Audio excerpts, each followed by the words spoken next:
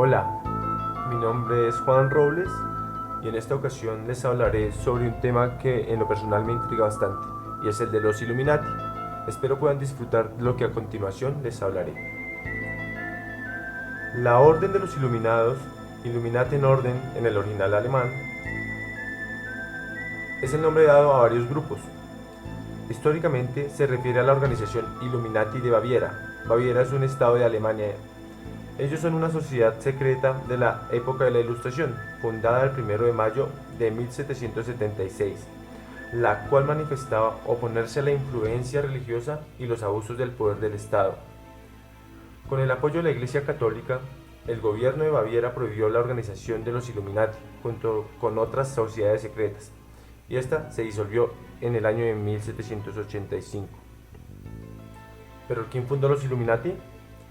Bueno, hasta cumplir los 36 años, la vida de Adam Weishaupt era la de un respetable burgués en la Alemania del siglo XVIII. Nacido en Ingolstadt, ciudad del estado independiente de Baviera, descendía de una familia judía convertida al cristianismo. Quedó huérfano desde muy pequeño, pero su tío cuidó de su educación y lo matriculó en un colegio de jesuitas.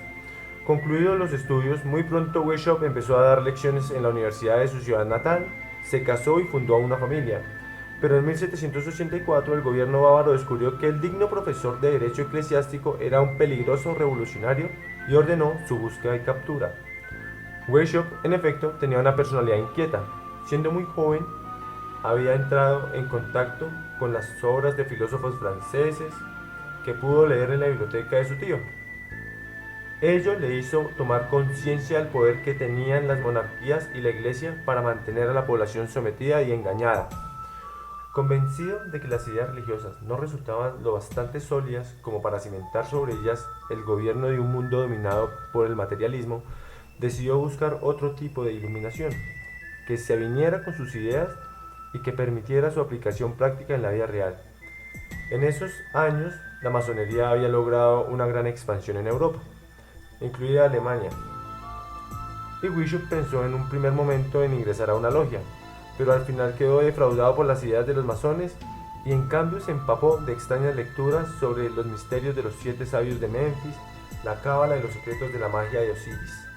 De este modo decidió fundar una nueva sociedad secreta, la Orden de los Illuminati, los Iluminados, llamado en un primer momento también la Asociación de los Perfectibilistas.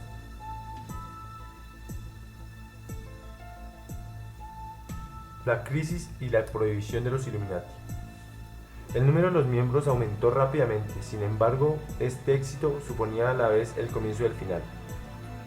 Al enterarse las autoridades absolutistas de lo que los Illuminati y las demás sociedades secretas estaban provocando en la población, decidió mandar infiltrados que los mantuvieran al tanto de sus acciones y movimientos, con lo cual resultaría en la disolución de muchas de estas sociedades secretas en su momento. Pero ¿cuáles eran los objetivos de los Illuminati? La Orden de los Iluminados estaba comprometida con el modelo ilustrado. La meta era la mejora y el perfeccionamiento del mundo en el sentido de libertad, igualdad, fraternidad, la mejora y el perfeccionamiento de sus miembros. De ahí también el viejo nombre de perfectibilistas. Según uno de los pensamientos Illuminati, era que el mejor medio para alcanzar la libertad era principalmente la educación, pero no solo la aportación externa de conocimientos, sino en primera línea la formación del corazón, la moralidad que debería capacitar a los individuos para autodominarse, y por lo tanto serían superfluas otras formas de dominio como el despotismo de los príncipes absolutistas, pero también el despotismo espiritual ejercido por la Iglesia Católica. Los modales de las viejas costumbres serían también condición y camino para una sociedad libre e igualitaria sin príncipes ni iglesia. Su organización. A diferencia de otras sociedades, los Iluminados tenían un programa político explícito, mientras que entre los francmasones, por ejemplo, son indeseables las disputas religiosas, confesionales o políticas. También se reconocen los masones por su afiliación y no son, a diferencia de los Iluminados, estrictamente secretos, aunque los Iluminados adoptaron aspectos masónicos como la logia y la jerarquía. También es cierto que ni pertenecían a la misma orden ni cooperaban en organizaciones francmasónicas nacionales, como la Gran Logia o el Gran Oriente.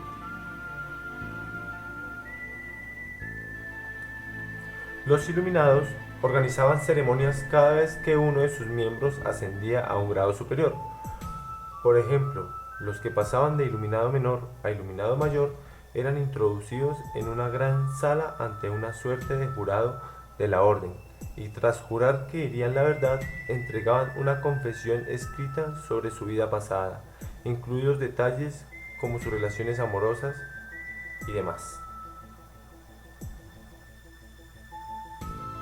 El 1 de mayo de 1776, los primeros iluminados se reunieron para fundar la orden en un bosque próximo a Ingolstadt. A la luz de las antorchas eran solo 5, Bishop y 4 de sus estudiantes. Allí se fijaron las normas que regularían la orden.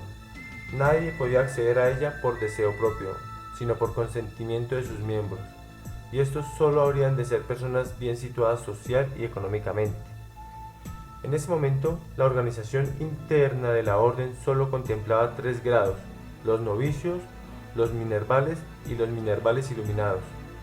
El término minerval se refería a la diosa grecorromana de la sabiduría, Atenea o Minerva, pues el objetivo de la orden era difundir el verdadero conocimiento o iluminación sobre los fundamentos de la sociedad, el Estado y la religión.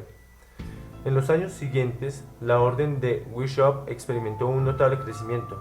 Pese a su secretismo, se calcula que en 1782 tenía ya 600 miembros. Entre ellos se encontraban personajes relevantes de la vida pública de Baviera, como el barón Adolf von Knightsche o el banquero Mayer Aschel Rothschild, quien la financió generosamente.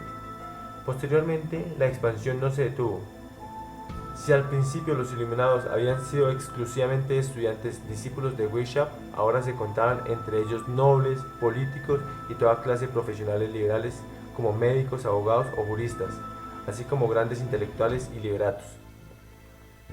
A finales del año de 1784, los iluminados aseguraban tener entre 2.000 y 3.000 miembros, repartidos por Baviera y el resto de Alemania. El propio Bishop explicó cuál era el fin de la sociedad que había fundado. Su propósito, escribió, era liberar gradualmente de todos los prejuicios religiosos a los cristianos de todas las confesiones y cultivar y reanimar las virtudes de la sociedad con vistas a lograr la felicidad universal completa y rápidamente realizable.